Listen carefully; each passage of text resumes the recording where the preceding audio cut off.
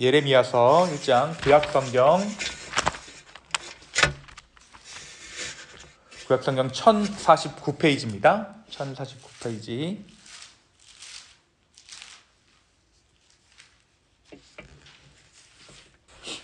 예레미야서 1장 우리 1절에서 10절까지의 말씀을 읽고 우리가 19절까지의 말씀을 묵상하겠습니다.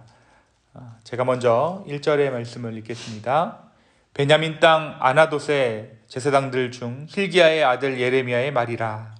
아몬의 아들 유다 왕 요시야가 다스린 지 13년에 여호와의 말씀이 예레미야에게 임하였고, 요시야의 아들 유다의 왕 요야김 시대부터 요시야의 아들 유다의 왕 시드기야의 11년 말까지 곧 5월에 예루살렘에 사로잡혀 가기까지 임하니라. 여호와의 말씀이 내게 임하니라. 이르시되 내가 너를 모태에 짓기 전에 너를 알았고 내가 배에서 나오기 전에 너를 성별하였고 너를 여러 나라의 선지자로 세웠노라 하시기로, 내가 이르되 슬프도소이다 주 여호와여 보소서 나는 아이라 말할 줄을 알지 못하나이다 하니, 여호와께서 내게 이르시되 너는 아이라 말하지 말고 내가 너를 누구에게 보내든지 너는 가며 내가 내게 무엇을 명령하든지 너를 말할지니라. 너는 그들 때문에 두려워하지 말라. 너를 구원하리라. 나 여호와의 말이니라 하시고, 여호와께서 그의 손을 내밀어 내 입에 대시며 여호와께서 내게 이르시되 보라 내가 내 말을 내 입에 두었노라.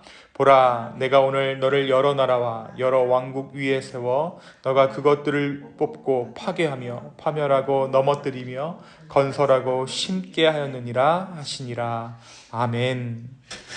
네, 오늘부터 우리가 이 새벽 예배 시간을 통해서 한두 달 동안 이 예레미야 말씀을 가지고 믿음의 순례를 떠나보려고 합니다.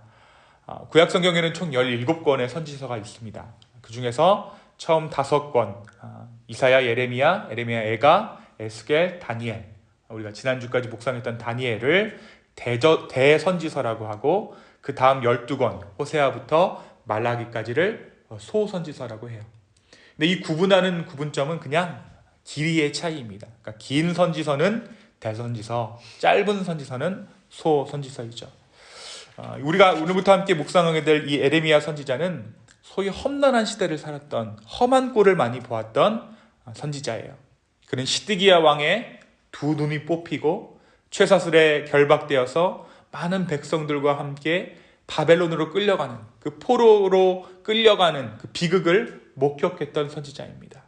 뿐만 아니라 제사장들이 성전에서 죽임을 당하는 것도 보았고, 심지어 여인들이 먹을 것이 없어서 자기 자식을 삶아 먹는 것도 보았던, 목도했던 선지자가 예레미야 선지자입니다.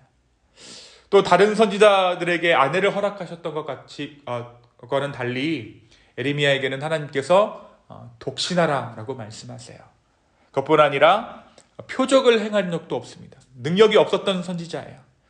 그가 전하는 말씀은 사람들이 싫어하는 것이었죠. 오늘 말씀에 보니까 어떤 말씀을 전했다라고 기록하냐면, 그것들을 뽑고 파괴하며 파멸하고 넘어뜨리며 라고 기록되어져 있어요. 그러니까 하나님께서 그들을 파멸할 것이다, 뽑아낼 것이다, 멸망할 것이다 라는 메시지를 그가 전했던 것이죠. 사람들이 그의 메시지를 좋아할 리 없었습니다. 그래서 이 예레미야 선지자는 기도할 수밖에 없었어요. 하나님 앞에 늘 눈물로 기도할 수밖에 없었습니다. 그래서 우리는 이 예레미야 선지자를 눈물의 선지자다라고 이렇게 이야기해요. 오늘 말씀 1장은 이 예레미야를 어떻게 부르셨는가, 예레미야의 부르심에 대해서 이야기하고 있습니다. 그는 아나돗이라는 곳 출신이었어요. 성경을 어느 정도 읽으신 분이라면 이 아나돗이라는 이름이 우리에게 익숙한 이름이 아니라는 것을 알고 있죠. 우리의 머릿속에 베들레헴, 예루살렘, 미스바 이런 이름들은 좀 이렇게 익숙하지만 아나돗이라는 이름은 익숙한 이름이 아닙니다. 그곳은 잘 알려지지 않은 작은 마을이었어요. 그 당시에도 작은 마을이었습니다. 바로 그곳에서 예레미야 선지자가 태어납니다. 그의 아버지는 제사장이었는데 그 역시 몰락한 제사장 가문 출신으로 이름 없는 제사장이었습니다. 아무도 모르는 작은 마을, 그리고 몰락한 제사장의, 이름 없는 제사장의 아들로 이 예레미야가 성장해 왔던 것이죠. 그런데 이 예레미야를 누가 부르십니까? 하나님께서 불러주세요. 그리고 하나님의 역사가 시작됩니다. 하나님의 역사는 우리가 누차 말씀을 묵상하면서 알 수 있지만 어떤 대단한 가문이나 혈통에 따라서 이루어지는 것이 아니라 아무것도 아닌 자, 정말 작은 자를 부르셔서 시작되는 것이 하나님의 역사예요. 우리 사사기 말씀을 통해서 보아서도 알 수 있듯이 정말 이름 없는 기드온을 부르셔서 하나님께서 그를 용사로 사용하셨고, 정말 사울이라는 자도 부르셨을 때 그는 정말 밭을 갈던 자였습니다. 그러나 하나님께서 그를 왕으로 세우셨어요. 오늘 말씀에서도 보니까 정말 이름 없는 자, 작은 마을의 무명의 제사장의 아들로 자라왔던 이 예레미야 선지자를 하나님께서 불러주십니다. 하나님께서 뭐라고 말씀하시냐면 예레미야에게 모태로부터 너를 성별하여 불렀고 구별했고 너를 여러 나라의 선지자로 내가 세웠다라고 말씀하시죠. 이렇게 말씀하시자 예레미야가 무엇이라고 반응합니까? 나는 아이입니다. 내가 아이라서 말을 할 수 없습니다. 말을 할 줄 못하나이다 라고 대답합니다. 이 하나님께서는 재차 예레미야를 부르셔서 너는 너 자신을 아이라 하지 말라. 내가 너를 누구에게 보내든지 너는 가며 무슨 명령이든 말하라 라고 하나님께서 예레미야 선지자에게 말씀해 주세요. 그러면서 어떤 약속을 예레미야 선지자에게 해주십니까? 그들 때문에 두려워 말라. 사람 때문에 두려워 말라. 내가 너와 함께 하겠다. 너를 구원하겠다라고 말씀해 주십니다. 또한 손을 내밀어서 예레미야의 입에 대시며 내 말을 너의 입에 두었다라고 말씀해 주십니다. 그러면서 예레미야 선지자가 전해야 할 메시지에 대해서도 말씀해 주시죠.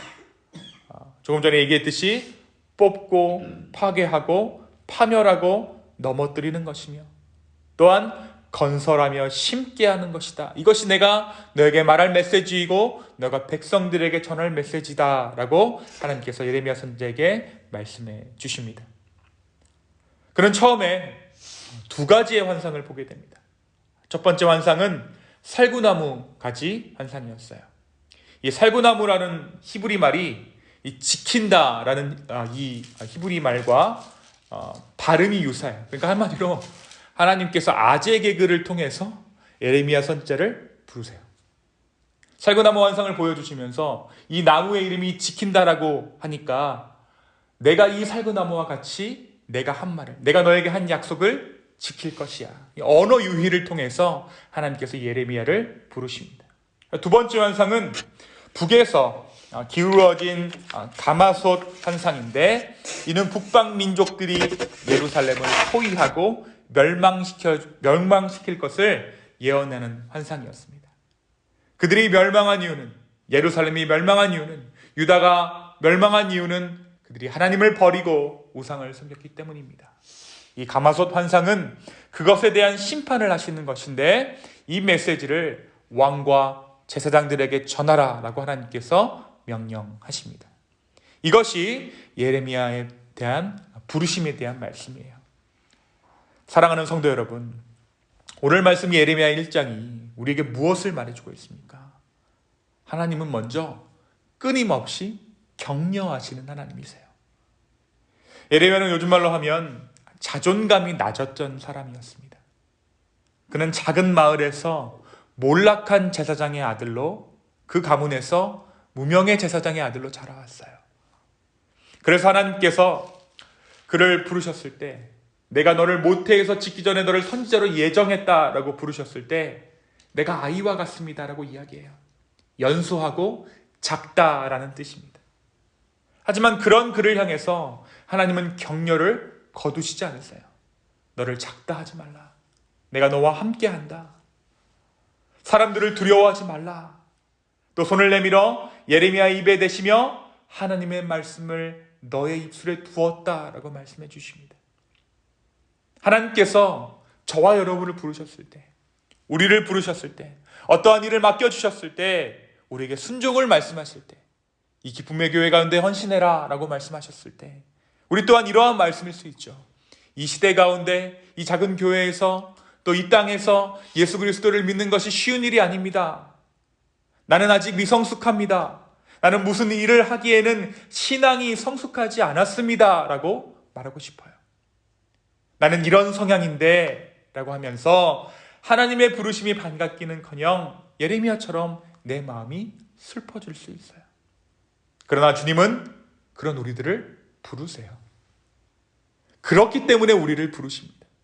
이미 이룬 자들, 자기의 이름을 떨친 자들을 하나님께서 부르시는 것이 아니라 무명한 자들, 작은 자들을 부르셔서 하나님 나라를 이루시는 분이 우리 주님이십니다. 또한 우리가 그것들을 거절하고 마다했을 때 하나님께서는 우리들을 포기하지 아니하시고 끝까지 격려하시는 하나님이십니다. 우리가 때로 교회 일을 하면서 사명 가운데 정말 여러 가지 봉사를 하면서 시험에 들고 낭망에 넘어질 때가 있죠. 그때마다 주님은 우리에게 찾아오셔서 우리를 격려하시는 주님이세요. 내가 너와 함께한다. 내가 내 말씀을 너희에게 두었다. 너여야 한다.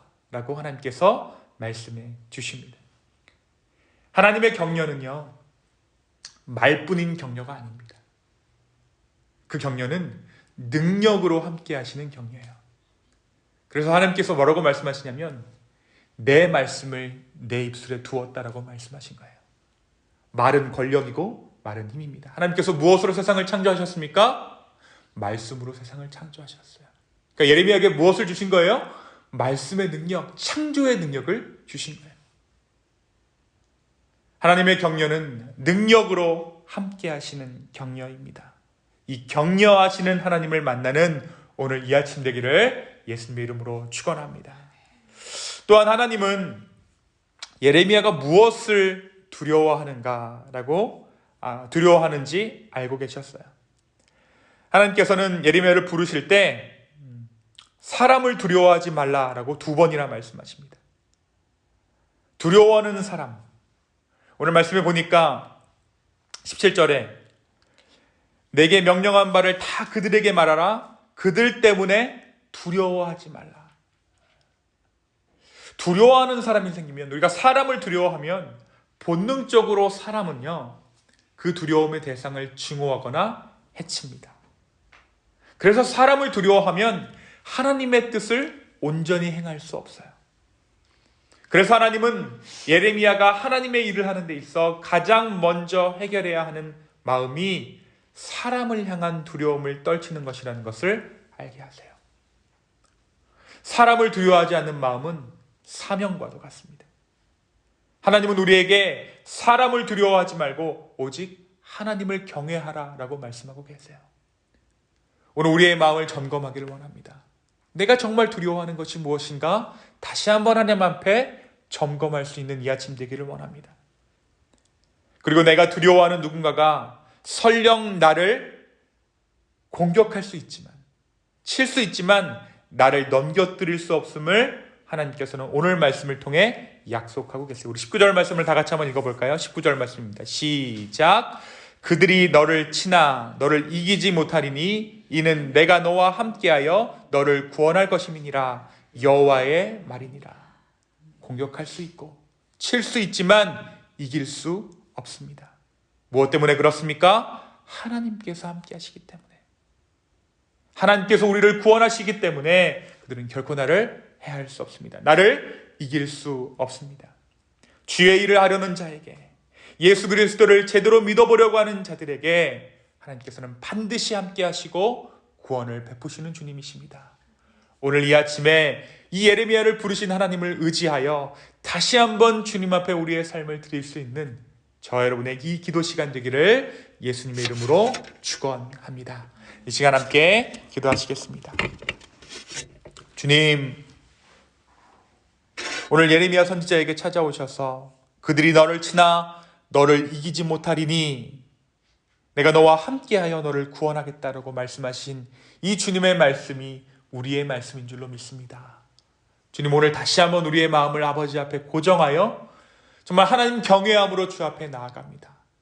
주님, 우리가 주님을 경외함으로 말미암아 사람을 향한 두려움을 떨쳐낼 수 있도록 주여 인도하여 주시고, 또한 우리의 삶을 통하여서 하나님께서 이루고자 하시는 그 사명 가운데 우리가 충성되이 순종할 수 있도록 주여 우리의 마음을 주장하시고 우리의 삶을 만져 주시옵소서.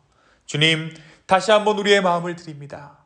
오셔서 좌정하셔서 우리의 삶 가운데 함께하여 주시옵소서. 감사합니다. 이 모든 말씀 살아계셔서 역사하시는 예수님의 이름으로 기도하였습니다. 아멘.